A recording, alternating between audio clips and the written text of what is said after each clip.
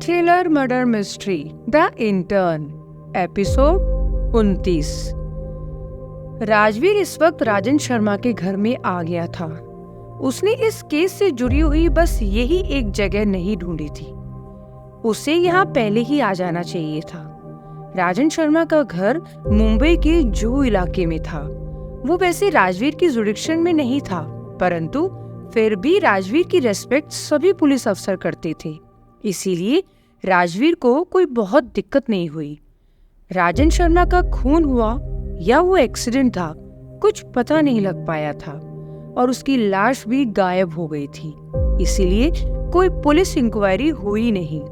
शायद राजवीर ही पुलिस का पहला आदमी था जो राजन शर्मा के घर आया था। राजवीर कल रात ही दिल्ली से आया था और आज सुबह वो राजन शर्मा के घर पर था। राजवीर को शक था कि जयेश, राजन शर्मा का बेटा अमरीक और राजन शर्मा आपस में मिले हुए थे और शायद जयेश और अमरीक राजन शर्मा की हत्या का ही बदला ले रहे थे। जयेश तो अंडरग्राउंड था या शायद अंडरग्राउंड होने का नाटक कर रहा था और किसी बड़े षड्यंत्र का हिस्सा था। राजवीर ने सोचा कि एक बार नरेंद्र मीना को फोन लगाया जाए। वो प्रोफेसर जिसने जयेश को अब्रॉड जाकर रिसर्च करने की परमिशन दी थी। राजवीर एक दो बार कल रात में भी नरेंद्र मीना को संपर्क करने की कोशिश कर चुका था, परंतु सफल नहीं हो पाया था। उसने फिर एक बार नरेंद्र मीना को फोन किया और इस बार वो फोन आंसर हो गया। Hello, professor Meena here. Who is this? Hello professor Meena, this is senior police inspector Rajveer, Mumbai police. बताइए, मैं आपकी क्या मदद कर सकता हूँ सर? एक छोटी सी हेल्प चाहिए थी प्रोफेसर साहब। आपका एक स्टूडेंट है, जयेश शर्मा। हाँ जी, बोलिए।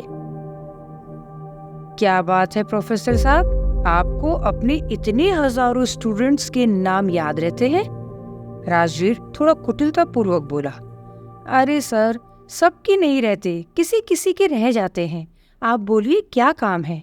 नरेंद्र मीना थोड़ा उखड़ते हुए बोला। आपने उसे अब्रॉड भेजने का रिकमेंडेशन दिया था।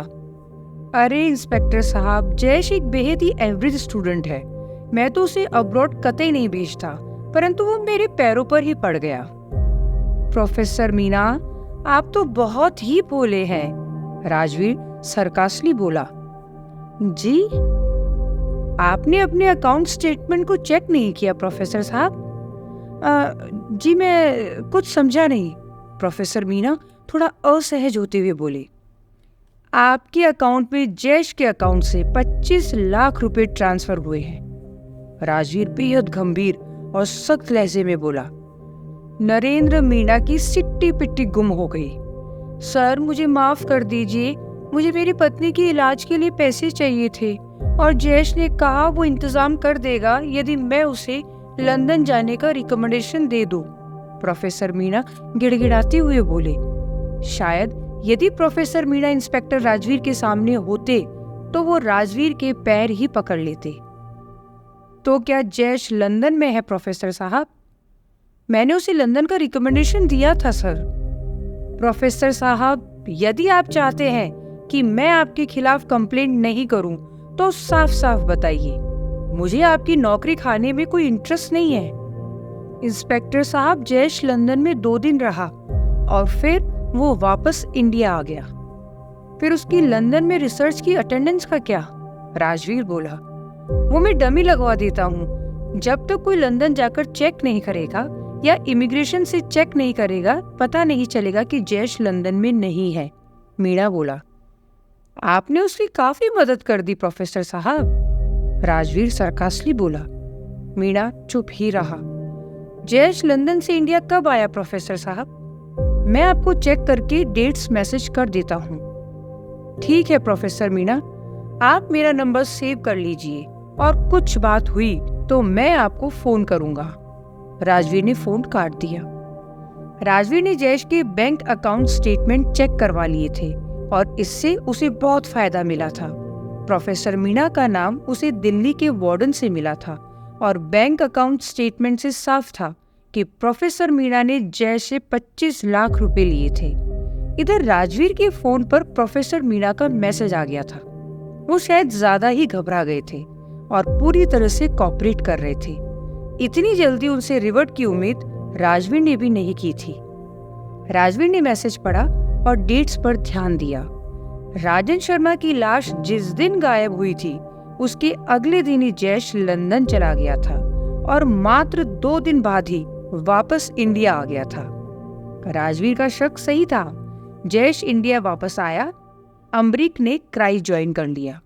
ये दोनों मिलकर एक बहुत बड़े षड्यंत्र को अंजाम दे रहे हैं। कोई भी राजन शर्मा के बेटे के बारे में पता करेगा तो वो लंदन में है।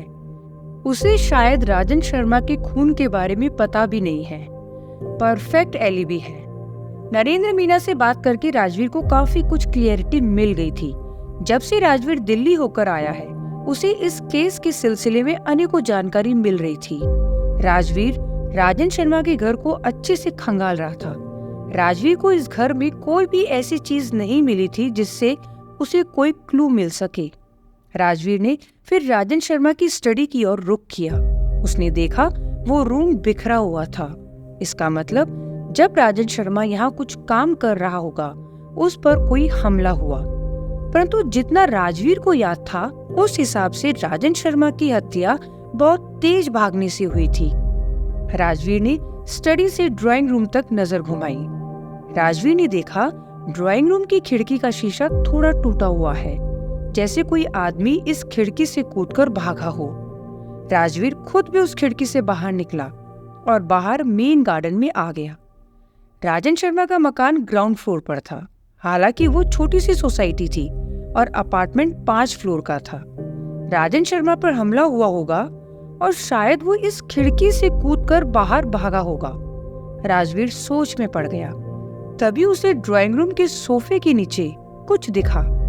राजवीर खिड़की से ही फिर से अंदर आ गया और सोफे को हटाकर उसने उस चीज को देखा जिसने उसका ध्यान आकर्षित किया था।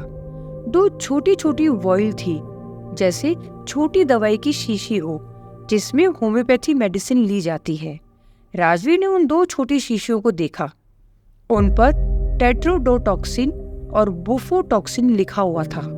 वो दोनों शीशियां खाली थी, परंतु उनमें कुछ बूंदें लगी हुई थी। फॉरेंसिक के लिए इतना काफी रहेगा, राजवीर ने सोचा। उसने उन दोनों शीशों की फोटो खींची और कुंवर को भेज दी। वो अभी बाकी मकान देख ही रहा था कि कुंवर का फोन आ गया। यस कुंवर, सर आपने ये क्या भेजा है? तुम ये अपने फॉरेंसिक के एक्सपर्ट को भेजो और पूछो ये टेट्रोडोटॉक्सिन और बुफोटॉक्सिन क्या होता है। मैं तुम्हें शीशा दे दूंगा, तुम इन्हें भी अपने फॉरेंसिक एक्सपर्ट को दे देना ताकि वो चेक कर सके कि इन शीशियों में यही दोनों ड्रग्स हैं जिनका नाम लिखा हुआ है। ठीक है सर, आप दे देना, मैं करवा दूंगा। और हाँ, वो श्रद्धा की पोस्टमार्टम हो गई? हाँ सर, परंतु एक अजीब सी बात मालूम पड़ी है। क्या कुंवर? राजवीर बोला। उसे वैसे भी कुछ पूर्वाभास हो गया था कि श्रद्धा कुछ ऐसा जानती थी जो और कोई नहीं जानता था।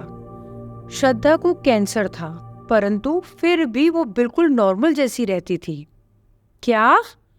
राजवीर चौंका। उसे कैंसर कब से था? सर, हमारे डॉक्टर भी कंफ्यूज है। वो कह रहे हैं कि श्रद्धा को पिछले 1 साल से कैंसर था, परंतु वो जैसे का वैसा ही रहा और ऐसा लग रहा था कि उसे कोई ऐसी दवाई मिल रही थी जिसका पता हमारे डॉक्टर्स को भी नहीं है। राजवीर सोच में पड़ गया। इसका मतलब श्रद्धा को राजन शर्मा ने कैंसर का क्योर दे दिया था। श्रद्धा वास्को के लिए नहीं, अपितु राजन शर्मा के लिए काम कर रही थी। राजन शर्मा को उसने अपने हुस्न के माया जाल में नहीं, बल्कि राजन शर्मा ने श्रद्धा को अपने इशारों पर नचा रखा था, क्योंकि वो श्रद्धा को उतनी ही मात्रा में दवाई देता जितनी उसे जिंदा रखने के लिए काफी थी। सर, क्या हुआ? कुंवर फोन पर चीखते हुए बोला।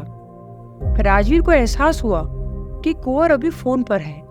तुम ऐसा करो कुंवर, फॉरेंसिक टीम को राजन शर्मा के घर भेज दो। Okay sir. राजवीर ने फोन काट दिया। इसका मतलब श्रद्धा वास्को के कहने पर भले ही राजन शर्मा के यहाँ आई हो, परंतु वो जल्द ही राजन शर्मा पर डिपेंडेंट हो गई। राजन शर्मा श्रद्धा के जरिए गेम खेल रहा था, परंतु गेम था क्या, ये पहली उलझती जा रही थी और सबसे मुख्य प्रश्न का कोई उत्तर नहीं मिल रहा था कि आखिरकार राजन शर्मा की हत्या किसने की। राजवीर इन्हीं सब ख्यालों में उलझा हुआ था कि उसे रामलाल का फोन आया। Good morning sir.